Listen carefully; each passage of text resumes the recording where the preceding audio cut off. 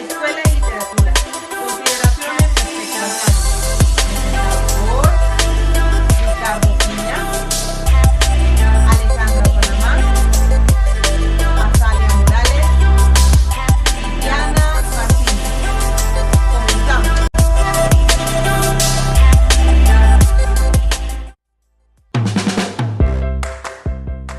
El canon escolar.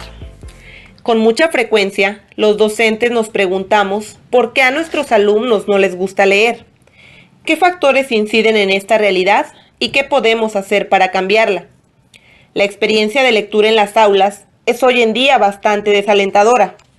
A los estudiantes no les gusta leer, prefieren ver televisión, escuchar música, jugar videojuegos, practicar deportes o cualquier otra actividad que no exija un reto cognitivo. Pero ¿cuál es el papel de la escuela y del maestro?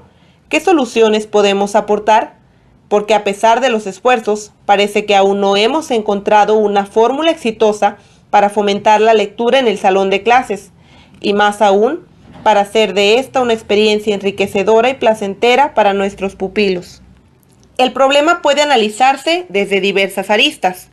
Una de ellas es el canon escolar, es decir, la selección de obras que el sistema educativo, en este caso, considera valiosas y dignas para ser leídas, estudiadas e interpretadas.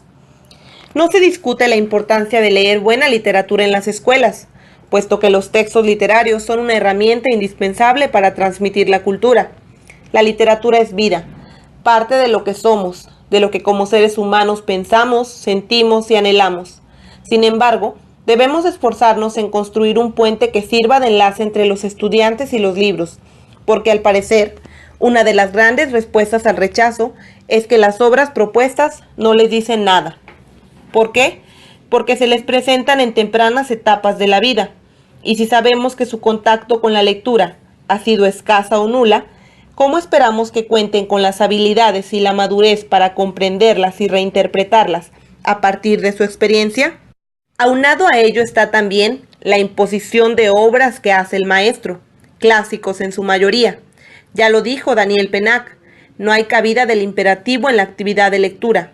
Y si a eso le añadimos que la única razón de dicha tarea es contestar una prueba escrita de preguntas abiertas o cerradas, contrario al objetivo, estaremos ensanchando aún más la brecha entre el alumno y el libro. La escuela debe ser un espacio que promueve el disfrute de los textos y que proponga a los educandos lecturas que digan algo sobre su mundo. Por ello, la importancia de un canon adecuado a sus necesidades, gustos e intereses.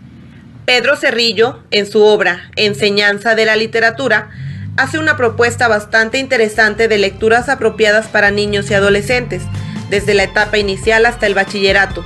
Considerarla e incluso adecuarla puede ser el comienzo de un camino de éxitos en la enseñanza de la literatura en nuestro salón de clases.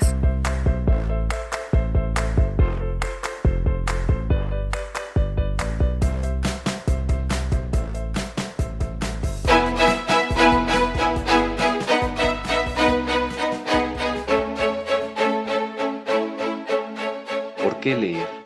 Una de las quejas más recurrentes de los maestros en el ámbito educativo es que los niños y los alumnos no saben leer, no les gusta y además no entienden y no comprenden lo que leen, problemática que obedece a varias razones.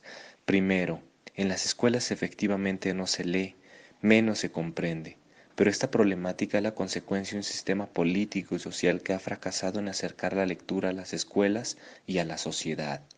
Porque en este país la enseñanza de la lectura no solo está sujeta al sistema de poder, sino que también lo están los programas y modelos de enseñanza de la lectura. ¿Qué causa que la lectura esté en manos del poder? Primero, el fracaso escolar y social de la lectura. Segundo, al depender la lectura del Estado, significa que el Estado es el que impone el sistema de pensamiento al ámbito educativo. Es decir, el que piensa es el Estado, el sistema piensa por la sociedad y ésta obedece. ¿Cómo salir de este círculo vicioso? Por medio de la lectura, sirviendo a la literatura, es decir, acercando la lectura al ámbito escolar. pero una lectura que sea autónoma y que esté bien pensada y planeada, tanto al público que se dirige como al contexto donde se lleva a cabo. Por ello, es importante que la sociedad lea, porque una comunidad que lee es una sociedad informada, capaz de discernir la información importante de aquella que no lo es. También, la lectura permitirá construir un sistema de pensamiento crítico, es decir, nos permitirá pensar por uno mismo y no obedecer a las reglas del Estado.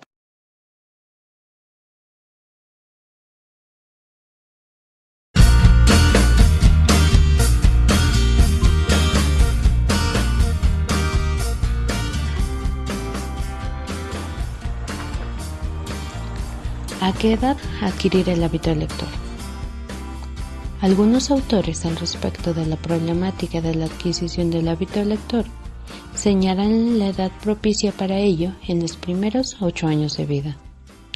Dicha aseveración establece implícitamente que aquellos individuos que hoy practican el hábito de leer en su pasado infantil contaron con la estimulación adecuada para ello. El riesgo de la afirmación anterior es la rotunda incapacidad de acceso en la cual coloca al resto de los individuos que no contaron con la estimulación adecuada al objetivo. Es decir, las personas que no adquirieron el hábito en la edad límite de los 8 años difícilmente la desarrollarán. Una consideración al respecto de esta idea son los factores psicológicos, motivacionales, de selección de textos adecuados, factores que impactarán indudablemente en la problemática. Al respecto de la formación de un hábito lector, también intervienen factores como ¿qué leer? ¿En qué momento transitar hacia las grandes obras literarias? ¿Qué nivel de lenguaje es el apropiado? Los elementos hasta aquí esbozados son algunas de las características de la problemática de la formación de nuevos lectores. Tener en cuenta estos elementos, entre muchos otros no mencionados, determinará el éxito de la empresa iniciada, la formación de mentes críticas.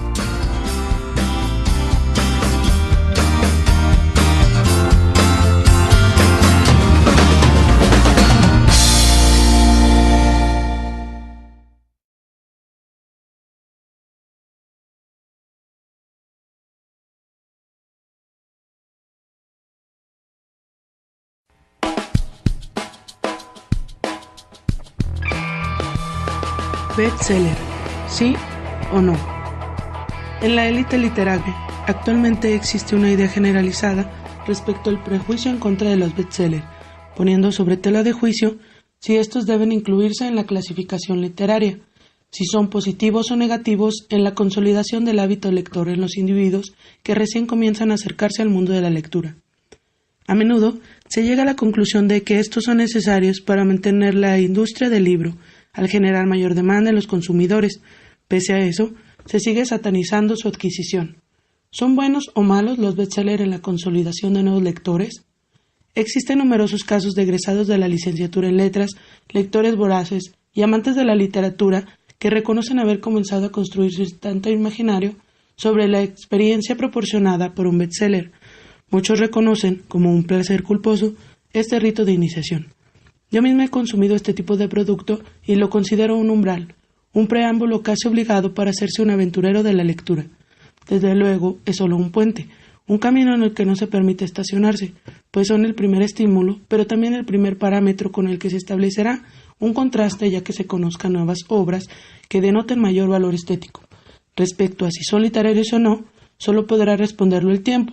Es la crítica quien establecerá los parámetros para su inclusión dentro del canon, una vez que pueda mirarlo desde cierta distancia temporal. No es posible establecer un juicio determinante y absolutista. En este grupo de libros se incluyen múltiples opciones, algunas de las cuales hoy mismo pueden considerarse de mayor o menor calidad.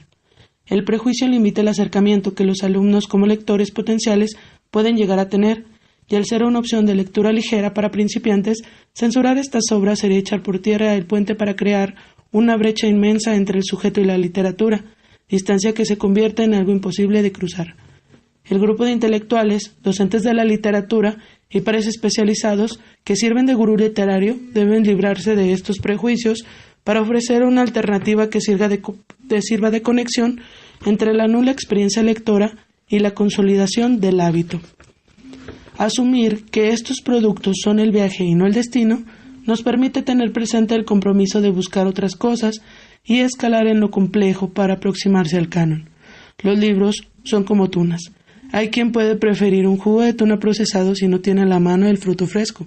Habrá quien compre las tunas peladas, pero también hay otros más que valoran la experiencia de aproximarse al nopal, enfrentarse a las espinas y pelar el fruto para comerlo en el momento. Esta es la gran diferencia entre bestseller y literatura.